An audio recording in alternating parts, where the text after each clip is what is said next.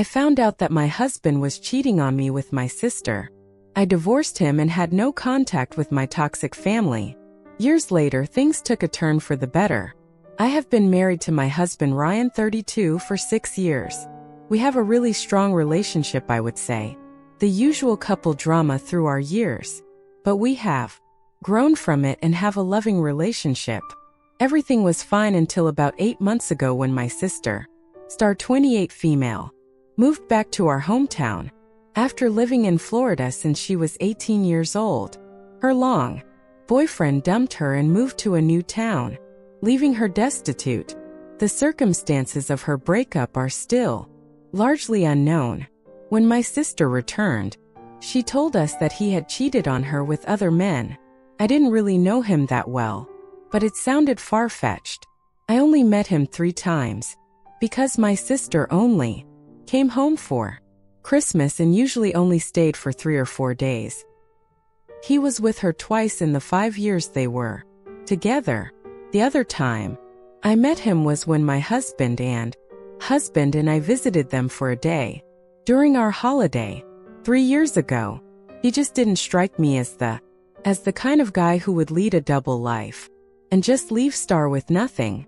I tried to reach out to him once, but found I was blocked, so I just let it go.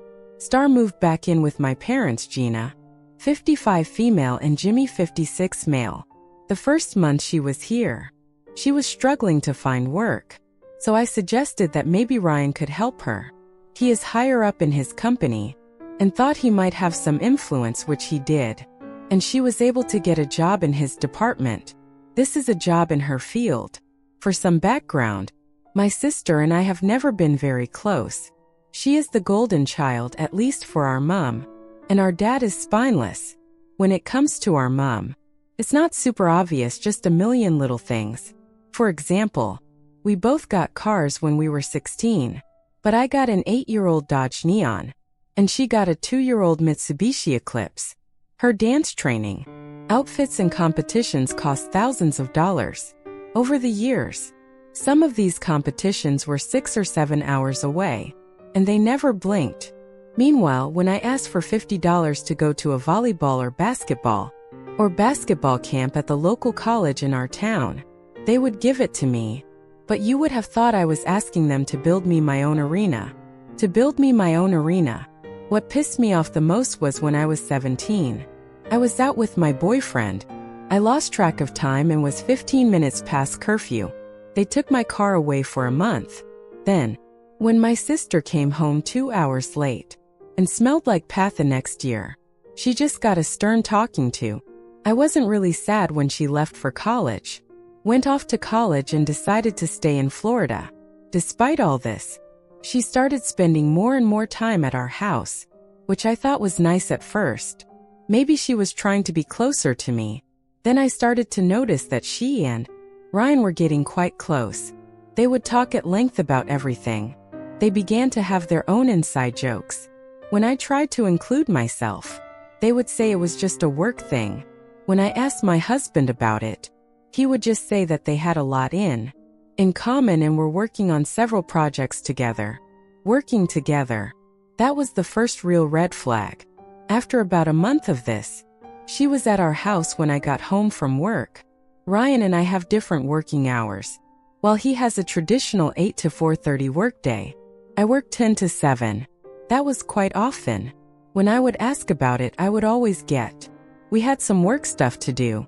2 months ago, I noticed something that made me question my own sanity. I make the bed every day before I go to work. I always make it so that the open side of the pillowcase faces the edge of the bed. Star was over that day. When I got home, she ate with us and then went back to my parents' house. As we got into bed, I noticed that 2 of the pillows had towards the middle. I asked my husband if he had been in bed that night. He looked a bit shaken but said no. "Why do you ask?" I said. "The bed is not the same as I made it this morning." He told me that I must have made a mistake then, because no one had been in the bed. I went through his mobile phone and laptop, without his knowledge, and found nothing. They worked together 8 hours a day, 5 days a week, then hang out after work. Why would they be texting? I felt like I was losing my mind. 2 weeks ago, my parents invited us over for dinner. Everything was going fine until I saw something. Ryan was just walking by, and Star grabbed his arm lightly.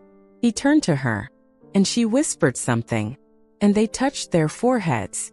It was only a second. Ryan woke up and kept walking. Star just looked at me. She smiled and went back to whatever she was doing. I'm not an idiot. I know this is a mountain of red flags. I just don't want to believe it. I have been in love with my husband since I was 21 years old. I had planned a weekend trip to the city. I wanted to ask him about things there. I really hoped it wasn't what I thought it was. You are fine and my world is shattered. We went on our weekend adventure. It was a nice Friday night. We had drinks, we danced. We were intimate. The next day we had more plans. And I almost didn't say anything. I really thought he couldn't be doing this with her. And with me. I was so wrong. We were almost ready to start our Saturday. And I asked him outright. I asked him if he was having an affair with my sister. He teared up and said yes, he was. My heart was crushed. I asked him why. He said he was sorry. He didn't mean for it to happen. They just clicked. And before he knew it, they were kissing. Then more. I asked if he had slept with her in our bed before. I came home from work. He just turned his head in shame. That was when I left. I had nothing with me but my handbag, and I went home without him. He got an Uber and arrived a few hours later with my other stuff. He tried to apologize, but I didn't acknowledge him. Through my tears, he packed a bag and went to a hotel. I told my parents the next day. They already knew.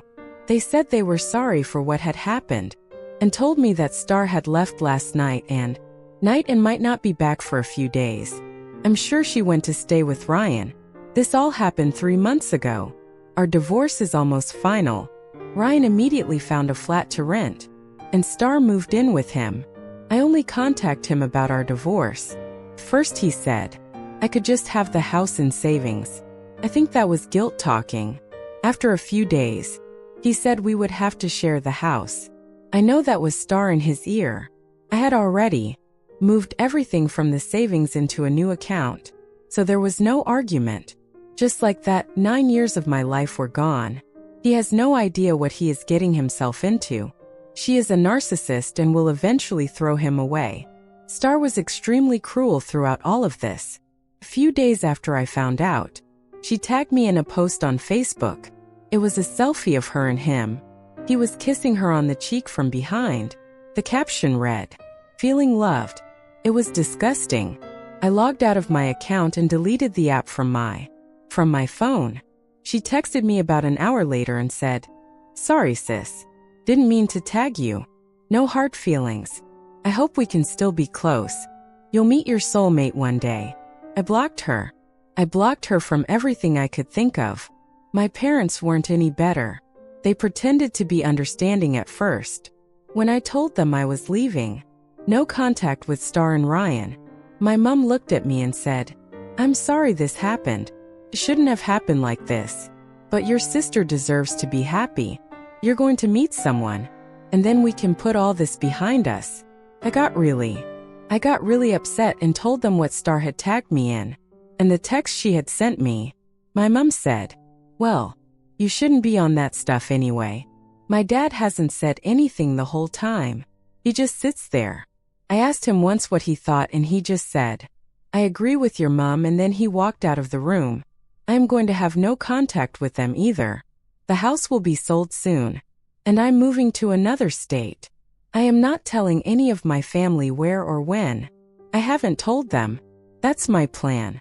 I'm just done with them all. I wish them all the worst. Update everyone. I know it's been 4 years since I last updated everyone, but we have had a big situation happen. I will start by giving you an update on myself. I recently got engaged. It took a lot of therapy to get myself back out there. I tried dating right away. As soon as I got settled here in Minnesota, I went on one okay first date, and then I got, what an insufferable jerk he was. I swore off men forever after that. That's when I went into therapy to work through all the trauma of being betrayed by my husband and sister, and the abandonment of my parents. It was a hard year, but I met James, 37 male. Yeah, he has the same first name as my dad. LOL. But James is wonderful. He's a chef. He and his twin brother Jack own a restaurant and bar that's doing really well. I'm very excited about starting a future with James. Enough about me. Now I want to tell you about the audacity my family had. About 9 months after I left, I had no contact at all. I did not tell them where I had moved to. I only told a few friends and a few cousins. I was close to them. One day I came home to my flat and found a wedding invitation in the post. It was for Ryan and Star's wedding. The invitation had a disgusting picture of them hugging in a sunflower field. There was also a letter from my mom and dad. Basically said, "You need to forgive and put all this behind us. We know things haven't been the best, but we're a family and families work through problems." They also said that Star wanted me to be a bridesmaid, just like she did for me. What the hell? This letter reopened all sorts of old wounds. At the time, my therapist got a lot more work out of it. Today, I find it funny, but then, not so much. I did not react at all. The only thing I did was find out which part of my extended family let my ex-family knew my address and cut them off as well. Which brings us to the latest drama. Last week, Ryan of all people turned up at my flat. James and I aren't living together yet, but that is about to change. Ryan looked good, too good. Like he was trying to look his best when he turned up. I asked him what he wanted. He said, "I just wanted to talk. I'm so sorry for what I've done. Star and I are getting a divorce. I found out she had been unfaithful throughout our marriage. Surprise. I don't expect you to take me back, but we should talk and get some closure for both our sakes." I blinked twice. He had lost his mind. I looked him straight in the eye and said, "No. I will not give you closure. You made your own bed. Did you really think that golden house was yours? Yours, which has had more visitors than the Holiday Inn, was suddenly going to put up a no vacancy sign? Just because you put a ring on it? You're even dumber than I thought. I forgive nothing. I don't want anything from you. I don't care. I'm better off now and always will be. You can go to hell." Then I turned and went back to my flat. I locked the door behind me. I immediately rang my landlady, who is the sweetest old lady in the world. I've become quite close to her over the past 4 years, and she knows about my previous marriage. Ryan was still hanging around in the hallway. A few minutes later, her 2 nephews, who were helping to maintain the grounds, were there. They let Ryan know that he was not welcome here and was on a banned list. If he returned, the police would be called for trespassing. I hoped that would be the end of it, but it wasn't. I have a fairly easy 9-to-5 job now, so I go to the restaurant almost every night. James manages. I don't get in the way. Just hang out and enjoy the few minutes he can give me here and there. I've become good friends with a lot of the staff, which includes a lot of James and Jack's family, and it really is the family environment that I have always wanted. I am there the next night when Ryan walks in and just comes and sits down at my table. It was a slow Tuesday. James noticed and immediately came over to check on me. He recognized Ryan from the photos I had shown him. Ryan held out his hand to James. James just looked at it and then asked me, "Do you want me to throw him out?" I said, "Not yet. I have a question or two." Ryan perked up like he was winning or something. What a tool.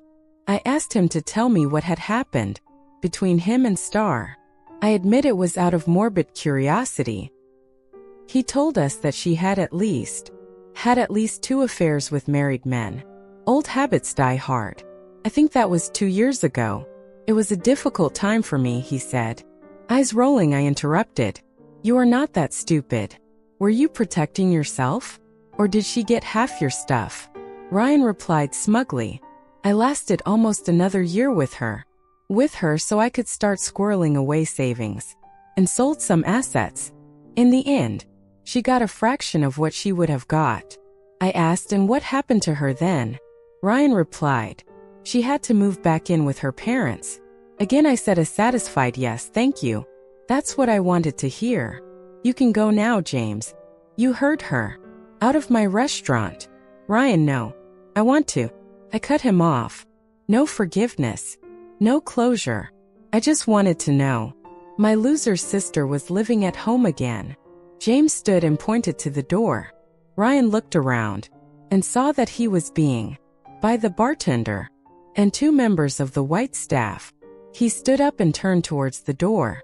James began, and if you ever come back. Ryan quickly interjected. Yes, I know. Cops trespassing. After he left, I got checked out by almost everyone in the area. It was nice and embarrassing. My future in-laws, who I adore, called me. They demanded that I stay with James for the next few days, just to be on the safe side. It was really sweet. I have never had a family look after me like that. I never heard from Ryan again, and hopefully I never will. Hi everyone. I didn't think it would happen, but I have another update for all of you. Firstly, me. I am now a 41-year-old mother of 2, 6 boys and 2 girls. James and I are doing really well. I now work as a part-time as an office manager for the restaurants and a James' cousin bought into the business and we opened a second location 3 years ago. It has been a lot more work, but with the 3 of them still heavily involved in both locations, we are successful, and it allows each of them a personal time. It wasn't ideal, but I'm pretty sure I got pregnant. I stayed with James when his parents asked me to. After my last post, they joke now that they always wanted to be grandparents, and this was all part of their plan. Now for the update. After the last time Ryan tracked me down, I figured it was just a matter of time before my parents or sister turned up. It didn't happen right away. I relaxed a bit as I felt I had a full support system and rejoined social media. I stayed out of touch with a lot of my family, including extended, but I didn't have any illusions either that they couldn't find me if they tried. It wasn't until I was born that I got my first message. It was from my mom. She gave a half-hearted apology, said something about forgiveness, and asked about her grandson. I just wanted to block her, but the implication that my child was her grandchild was insulting. I found offensive, so I replied that you have no grandchildren. I am not your daughter, and therefore my children are not related to you. If you want grandchildren, then you should encourage Star to get out there and do what she does best. At that point, I blocked her. She made new accounts and tried to contact me for a while, but I always just refused or deleted any requests or messages. Which brings me to the latest drama. I was bombarded with requests, messages, etc. to contact her. I read some of them and it was a sob story about missing the grandchildren and wanting to make amends. I really didn't care. I had no intention of ever including them in my life again. Then the most shocking thing happened. Star started reaching out to me. She didn't say much, except that she really wanted to talk to me. This went on for about 3 weeks. I agreed to meet her. Just me, no children. When it started, they kept asking to see the children. I was adamant. It wasn't going to happen. They had 3 grandparents and that was it. James' mom, dad, and grandma. I somehow got the idea that this was about something else. Star looked kind of terrible, and my parents looked old and tired. When we started talking, they started apologizing for everything that had happened. Even Star said she was wrong to do what she did, and that she wished she could have her sister back. It was a ridiculous thought. Mom then took over and went into her usual garbage about being a family and taking care of each other. When she finished, I just looked at her and said, "Is that all you got? I'm going." Then they shouted for me to wait and the facade fell away. The real reason was about to come out. Apparently, Star has had health problems for the last few years. Couple of years. For whatever reason, her kidneys are failing and she needs a transplant. That's why she's tried so hard to get in touch with me. A family member is most likely to be a viable match. I asked her directly, "That is why you are calling me? You want me to save her? After what she did? My husband wasn't enough. Now she needs a body part for me too." My mother snapped, "Stop being like this. All that was a long time ago." She began to choke and cry as she continued, "I get it, you hate us. But she is going to die. If she doesn't get a transplant soon. Is that what you want? I know you think she has wronged you in the worst way. But please, just this once. Can we put this aside?" I fell silent, wanting to see if they would say more. Eventually, Dad actually started talking. "Look, we're sorry for everything that's happened, but we have some pretty big problems. Between her medical bills and not being able to work. Your mom and I are getting older and have our own problems. We got a lot of problems. We need you to come back to Missouri and see if you fit in. But we could use some help too. Or we could lose the house. So you need my kidney and my money," I said. "Don't put it like that," he replied. Star said, "Please just come home. I need my big sister. I don't want to die. Can you just come and see if you're a match? If you're not, we'll never contact you again." I told them I would have to think about it, do some research, and that I would tell them tomorrow. I ended the call and went to talk to my husband. He told me he supported me 100%, whichever way I went. Then he asked if we should all go as a family, or if only he should come. I said no to both. I would go and I would go alone. I let my former family know. I would get lab results here in Minnesota, and if I was a match, I would come there and we could talk about everything else. Then, about a week later, I got the results, and it seemed that Star and I were a perfect match. I agreed to come back home to St. Charles. By the time I arrived, Star had started to have some problems and had to be admitted to hospital.